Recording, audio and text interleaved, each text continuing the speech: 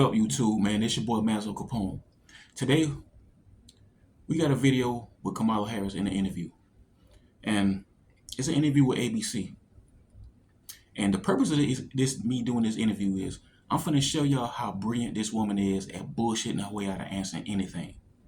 So let's get into it. President, pleasure to meet you. Thanks for your time today. Our audience appreciates your time as well. Of course. As you know, we're sitting here in a state and arguably in front of an audience that 54 days from now could decide the outcome of this presidential election. You hear it more than I do. People want to know more about you and about your specific plans. At the debate the other night, you talked about creating an opportunity economy. I wonder if we can drill down on that a little bit. When we talk about bringing down prices and making life more affordable for people, what are one or two specific things you have in mind for that? Well, I'll start with this. I grew up a middle-class kid. My mother raised my sister and me. She worked very hard. She was able to finally save up enough money to buy our first house when I was a teenager. I grew up in a community of hardworking people, construction workers and nurses and teachers. And I try to explain to some people who may not have had the same experience, but a lot of people will relate to this. I grew up in a neighborhood of folks who were very proud of their lawn,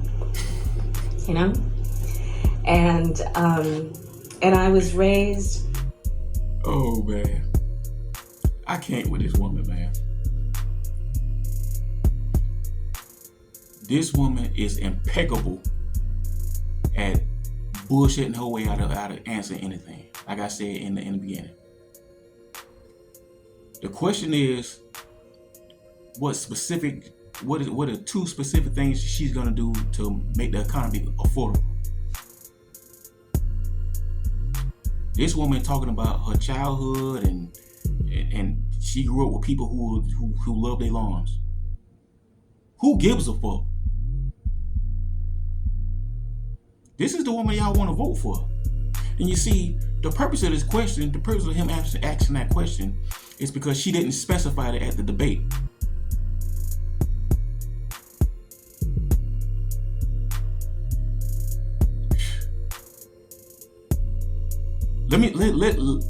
I'm finna let her cook and let's see if we gonna get an answer. To believe and to know that all people deserve dignity. And that we as Americans have a beautiful character. We have ambitions and aspirations and dreams, but not everyone necessarily has access to the resources that can help them fuel those dreams and ambitions. So when I talk about building an opportunity economy, it is very much with the mind of investing in the ambitions and aspirations and the incredible work ethic of the American people, and creating opportunity for people, for example, to start a small business. My mother, worked long hours, and our neighbor helped raise us. We used to call her, I still call her, our second mother. She was a small business owner. I love our small business owners. I learned who they are from my childhood, and she was a community leader. She hired locally. She mentored our small business. What kind of business did she own? Why don't you tell us that? Businesses are so much a part of the fabric of our communities, not to mention, really, I think, the backbone of America's economy. So my opportunity economy plan includes giving startups a $50,000 tax deduction to start their small business. It used to be $5,000. Nobody can start a small business with $5,000. But yes, you can. Plus, this is the same shit she said at the debate. This is the same shit she says in her rallies. Y'all, don't be fooled by this woman, y'all. She can't. This woman is very scripted and robotic. She can't come off the hip with her own ideas. Everything she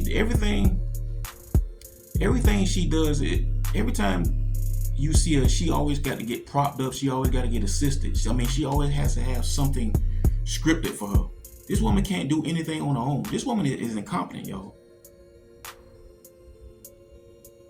You see, a lot of people hate Trump, and you have some people out there that's voting for her because they don't like Trump. That's a very shit-ass, stupid-ass thing to vote for somebody for. But the thing of it is, at least Trump will give you a goddamn direct question. I mean, a direct answer to your question. He actually respects you enough to answer your question. Whether it's a hardball question or a softball question, he'll answer it. But investing in people's innovative ideas and giving them the ability to go for it.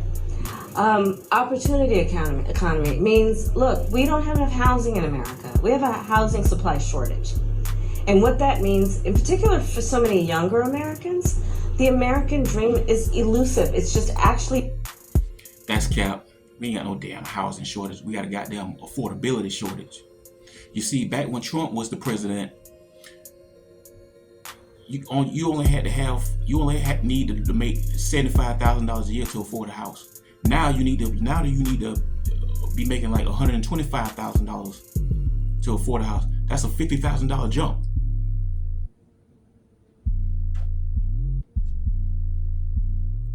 So this lady, she's capping right now, and this is the woman y'all vote for. I mean, I'm telling you, voting for Kamala Harris will be like getting on a plane with the wing hanging off. That's how bad this lady is.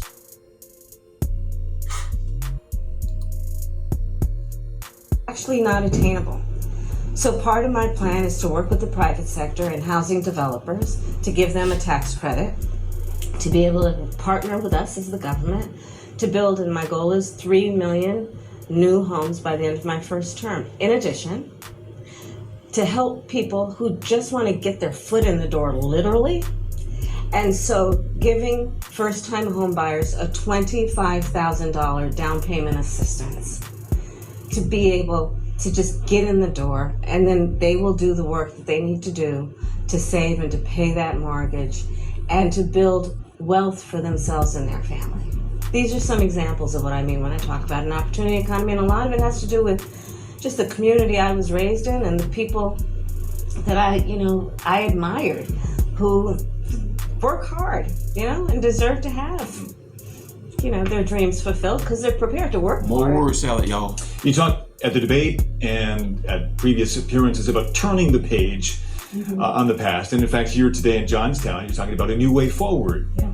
I think some people have a question, given maybe your current role as Vice President of the United States, how different you are from Joe Biden. And so I wonder if there are one or two spots, policy areas or approaches where you would say, I'm a different person. Well, I'm obviously not Joe Biden. And, I offer a new generation of leadership. And so, for example, thinking about developing and creating an opportunity economy where it's about investing in areas that really need a lot of work. And maybe focusing on, again, the aspirations and the dreams, but also just recognizing that at this moment in time, some of the stuff we could take for granted years ago, we can't take for granted anymore. For example, another plan that I have that is a new approach is to expand the child tax credit to $6,000 for young families for the first year of their child's life, because that is obviously a very critical stage of development of a child. And a lot of young parents need the help to buy a car seat or a crib or clothes for their kids. And so my approach is about new ideas, new policies that are directed at the current moment. And also, to be very honest with you, my focus is very much on what we need to do over the next 10, 20 years. I came with this woman. The question was, how different are you from Joe Biden? She just went around, she talked for damn near like 2 minutes. She just went around the world and still hasn't answered the question. And guess what? These are softball questions. You got, because you have to remember, this is ABC. They support Kamala Harris. They gave her alley-oop in a debate. That debate was tailor-made for her to win. And these are softball questions, and she won't even answer those. Which shows you what kind of person this woman is. Now, why would you want to vote for a person that don't even want to answer your question? That don't even want to answer questions that the people have? You see, these questions are coming from the people, not him. And speaking on this punk, he's just some old corporate beta male that works for ABC. He's not gonna press her, and he's not gonna press her, because if her ass was on Fox News or CNN, they would have pressed her. I guarantee you that, especially Fox News. They would have pressed her and answered the question.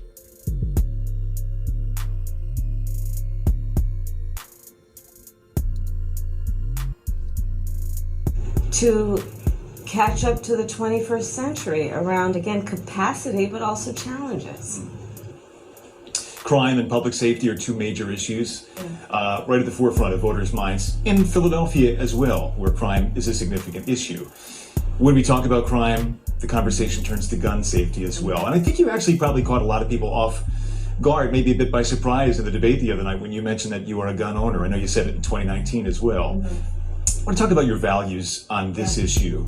When it comes to gun ownership, where do you draw the line in America on gun ownership and gun use? Well, like you said, Brian, I am a gun owner, and Tim Walz, my running mate, is also a gun owner. We're not taking anybody's guns away. I support the Second Amendment, and I support reasonable gun safety laws. Part of my approach to this is I was a career prosecutor for most of my career. I have personally prosecuted homicide cases. I have personally looked at autopsies. I have personally seen what assault weapons do to the human body. And so I feel very strongly that it is consistent with the Second Amendment and your right to own a gun to also say we need an assault weapons ban. They're literally tools of war. They were literally designed to kill a lot of human beings quickly. I say we need universal background checks. The majority of NRA members support that. Why? Because it's just reasonable. You just might want to know before someone can buy a lethal weapon. I mean, you ain't saying nothing new. We already doing that.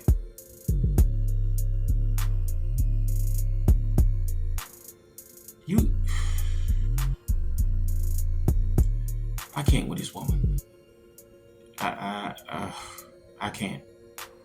You guys, that's enough of that. I mean, I don't see what the people who's advocating for this woman, I don't see what they see in this woman. I really don't. But let me know what you think in the comments. Like and subscribe. This your boy Master Capone. This the Do the Better You channel. And guys, don't vote for Kamala Harris. Trust me. You will live to regret it. Like and subscribe. Like I said, I'm out. I love y'all. Appreciate y'all. This your boy Master Capone. Do the Better You. I'm out, y'all.